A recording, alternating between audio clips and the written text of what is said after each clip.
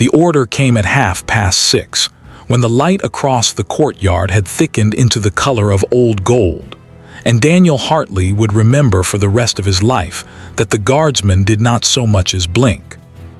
"You will salute me now." The voice belonged to a tall man in a charcoal suit cut a little too well, and it carried the way a voice carries when its owner has spent 30 years being agreed with. It rolled across the gravel, past the rose beds going gray in the dusk, past the small forest of champagne flutes held motionless by guests who had suddenly stopped pretending to talk about anything else. And it broke, like a wave breaks on a stone, against the perfect stillness of a man in a scarlet tunic and a bearskin cap, who behaved as though no one had spoken at all. Daniel was 26 years old and 3 months into his posting with the Household Protocol Office, and he had been assigned to the evening reception for precisely the kind of reason that gets a junior officer assigned to anything, so that someone more senior would not have to stand near the canapes. His job was simple: smile, guide. Keep the flow of the evening moving like water down a gentle slope, so that no one important ever had to wait, or wonder, or feel for a single second that they were anything less than the most welcome person in the kingdom. He had done it well all evening. He had steered an elderly trade attaché away from a cordoned staircase. He had found a vegetarian plate for a cultural envoy. He had laughed at a joke he did not understand, in an accent he could not place, and he had felt for the first time since starting the job that he was good at it. And then he had seen the man in the charcoal suit detach himself from the visiting delegation and walk toward the sentry, and something in the man's gait had made Daniel's stomach tight before he could explain to himself why. The reception was being held for a foreign mission whose ambassador was, by every account, a serious and decent man. Daniel had read the briefing twice. The delegation had come to mark the renewal of a long cultural agreement, the kind of thing that produces warm speeches and photographs and very little else, and the evening had been arranged to make them feel honored. There were footmen in livery and a quartet playing something soft near the long windows, and at intervals around the forecourt, where the cars had been brought in and arranged like a museum exhibit of polished black metal, the household had posted ceremonial sentries. They were there because the occasion called for them. They were there the way the chandeliers were there, and the gilt, and the centuries. The man in the charcoal suit was the mission's deputy chief, a career diplomat named Reisner, and he had decided, somewhere between his second glass and his third, that one of these sentries was looking at him. He was not, of course. The guardsman was looking at nothing, which is the entire discipline of the thing, the gaze fixed on a point 100 yards distant and 100 years away, seeing the courtyard the way the sea sees a harbor wall, as something to be endured rather than acknowledged. But Reisner had been looking for a reason to be important all evening, the way some men do at parties where they suspect they are not the center, and he had found one. "You," he had said first, almost pleasantly, stopping a yard from the sentry. "You're very good at that, standing. Has anyone ever told you how good you are at standing?" Daniel, watching from beside the canapé table, had felt the first cold drop of dread. The guardsman gave no sign of having heard. His name, Daniel would learn later, was Owen, a lance sergeant from a valley town in Wales who had been in the regiment for 9 years and on this particular patch of gravel for the better part of 2 hours. But in that moment he was not Owen to anyone present. He was a shape, a color, a fixed point, and that was exactly what the evening required of him, and exactly what Reisner could not bear. "In my country," Reisner went on, turning now so that his voice could reach the small crowd that any raised voice gathers, "we do not keep men standing about like ornaments. A man in uniform is a man with a function, so I am curious." He leaned in, close enough that Daniel saw the guardsman's jaw and saw that it did not move. "What is your function, exactly, besides photographs?"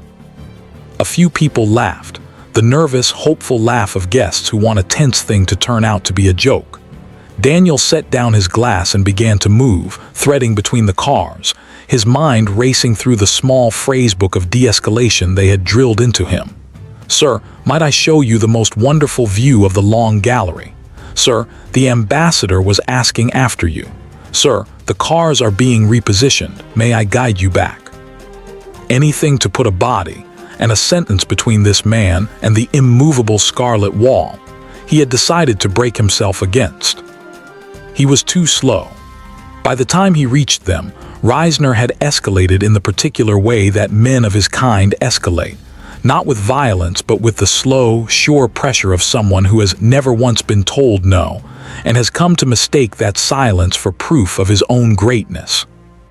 "Do you know who I am?" Reisner asked, and the question was so old, so worn smooth by every petty official who has ever asked it that Daniel almost felt sorry for him. "I am the deputy head of this mission. I outrank every soldier in this courtyard and most of the men inside that building.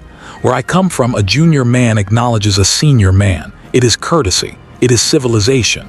He straightened and his voice took on the flat formality of a man making a ruling. "So, you will salute me. As a gesture of respect between our nations, now." And the guardsman did not move. Daniel arrived at the diplomat's elbow with his most useful smile already fixed in place. "Mr. Reisner," he said, low and warm, "what a pleasure. I'm so sorry to interrupt. The ambassador was hopping to find you for the photographs by the fountain. The light's just perfect for it now." In a moment, Reisner did not even glance at him. His eyes were on the guardsman, and there was something in them now that frightened Daniel more than anger would have. A kind of bright, fixed need, as if the whole evening, the agreement, the speeches, his entire visit to this old and gilded country had narrowed to this single demand, and this single man's refusal to satisfy it. "I asked this soldier to render a courtesy and he is ignoring me, in front of his own people, in front of mine." He turned at last to Daniel and his smile was terrible. "Tell him, you work here, tell him to salute." "Sir," Daniel said, and found that his mouth had gone dry, "he can't. It isn't disrespect, I promise you, it's the opposite. He's a sentry on ceremonial duty. The men on the Queen's, on the King's guard. They don't salute on request. They can't. Their orders come from the crown and the chain of command, not from guests, however distinguished. It's not personal. It's the whole point of him. If he broke his bearing for you, he'd be breaking it for the post, for the office, for. So he answers to a chain of command." Reisner pounced on the word as though he had been handed a sword. "Good. Excellent. Then where is his officer? Bring me his officer. We will see whether a chain of command in this country teaches its men to insult a foreign minister, or whether it teaches them manners." The crowd had grown. Daniel could feel it without looking, the warmth of bodies pressing closer, the music from the quartet faltering for a bar as even the cellist craned to see. Members of Reisner's own delegation had drifted over, and Daniel watched their faces and understood with a sinking heart that they were not enjoying this. They were embarrassed. One younger man among them, an aide of about Daniel's own age, had gone the color of the dusk and was staring very hard at his shoes. The light was going fast now. The bearskin cap threw a long shadow across the gravel, stretching toward the cars, and as the minutes passed, Daniel watched that shadow lengthen and thin, and the guardsman stood inside his own stillness like a man standing inside a bell that has not yet been struck. Reisner stepped closer. He was a tall man and he used it, putting his face near the guardsman's, into the line of that 1,000-yard gaze, trying to insert himself by force into the place where the eyes were fixed. "Look at me," he said, and his voice had dropped, lost its performance, become something smaller and uglier and more honest. "Look at me when I speak to you. You think you are better than me, a boy in a costume. You think this red coat makes you something." He raised one hand and snapped his fingers, twice, sharp as pistol cracks, an inch from the guardsman's cheek. "Salute me." Daniel saw the guardsman's eyes. He would think about it for a long time afterward, because in that instant he understood the difference between a statue and a man holding himself as still as a statue, and the difference was everything. A statue feels nothing. The guardsman felt all of it. Daniel could see it in the faint, controlled tightening at the corner of the eye, in the breath held a half-second longer than a resting breath, in the absolute and deliberate cost of doing nothing in the face of a man working so hard to make him do something. He was not absent. He was present in a way that Reisner, for all his rank, would never be present in his life. He was choosing, every second, not to answer. And the choosing was the answer. "He's mocking me," Reisner said to the crowd now, his voice rising again. "Do you see this? This is contempt. This is the famous British courtesy. They lecture the world on manners and they train their soldiers to spit on a foreign minister's hand." "That will do, Reisner." The new voice did not need to be loud. It came from the edge of the crowd, from the direction of the long windows, and it had in it the particular weariness of a man who has spent a career cleaning up after other men's vanity. The crowd opened, and through it came an older gentleman in a quiet, well-made suit, moving without hurry, and Daniel saw the delegation stiffen around him the way junior people stiffen when the real authority arrives. It was the ambassador. Reisner turned, and for the first time all evening his certainty wavered. "Ambassador, good, you can settle this. This soldier has refused." I saw what the soldier did. The ambassador came to a stop a few feet away, and he did not look at the guardsmen, and he did not look at the crowd. He looked at Reisner, and only at Reisner, and his face held no anger, which was somehow far worse than anger. He did nothing. He stood at his post and did his duty, which is more than I can say for my deputy.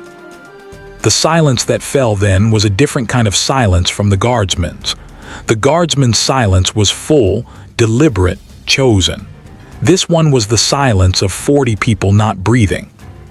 "Ambassador," Reisner began, and a thread of complaint had entered his voice, the whine of a man who has always been rescued and cannot believe the rescue is not coming.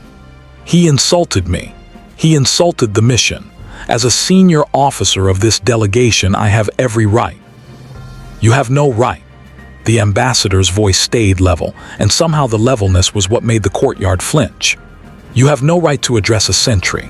You have no right to order a soldier of another nation to perform for you like a dog. You have no right, on the evening these people opened their house to us, to stand in their courtyard and lecture a man who is not permitted to answer you, because you knew, Reisner, you knew that he could not answer, and that is the only reason you chose him. You wanted something that could not fight back." He let that sit, and Daniel watched the color drain from Reisner's face the way water drains from a glass. A man who needs a soldier's salute to feel respected has already told the world exactly how little respect he has earned. Somewhere in the crowd, the young aide who had been staring at his shoes looked up, and Daniel saw on his face something close to relief. The relief of a junior man discovering that the senior man he answers to is, after all, the right kind. The ambassador turned at last, not to the guardsman, but to the side, where a household officer had appeared, a captain in mess dress who had come at a quick walk the moment word reached him, and was now standing with the rigid calm of a man, deciding whether a diplomatic incident has just occurred on his watch. The ambassador inclined his head to him, a small, formal bow, the kind that is rarely given and never forgotten. "Captain," he said, "on behalf of my country and most particularly on behalf of myself, I offer your soldier my apology. He has conducted himself with more dignity in the last 10 minutes than my delegation has shown in the last 10 years. I hope you will tell him so when he is permitted to be told things." A flicker of something almost like a smile. "I understand that is not now." The captain held the older man's gaze for a moment and then returned the bow exactly as deep, no deeper. "Ambassador," he said, "there's nothing to forgive. He was only doing what he's here to do, a beat. Thank you all the same." And that, Daniel thought, watching it, was the whole thing. That was the lesson nobody in the courtyard would ever forget and nobody would ever quite be able to put into words. That the two men with the most authority present, the ambassador and the captain, had spent their power not on the soldier who could not answer, but on the loud man who would not stop talking, and that the soldier, by saying nothing, by doing nothing, by simply being immovably what he was, had somehow ended up at the center of the courtyard's respect, without ever once reaching for it. Reisner was still standing where he had been, but he had become smaller. The crowd had already begun, with the merciless tact of the well-bred, to forget that he existed. A footman appeared at his elbow with the suggestion of a route toward the gate.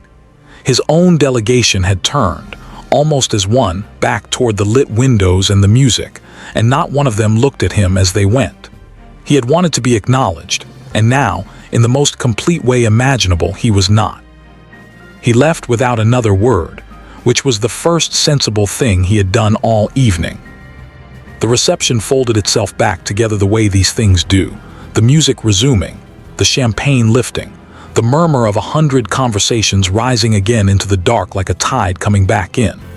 The ambassador gave his speech an hour later, and it was warm and gracious and made no mention of anything, and the cultural agreement was renewed, and the photographs by the fountain were taken in light that was, by then, entirely artificial.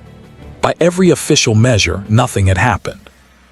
There would be no report. There would be no incident. The evening had been, the file would say, a success. But Daniel stayed late because junior men always stay late, and a little after 11, when the cars had gone and the courtyard was empty and the floodlights had been dimmed to a low amber, he watched the guard change. He had seen it a dozen times in training, and it had never moved him. It moved him now.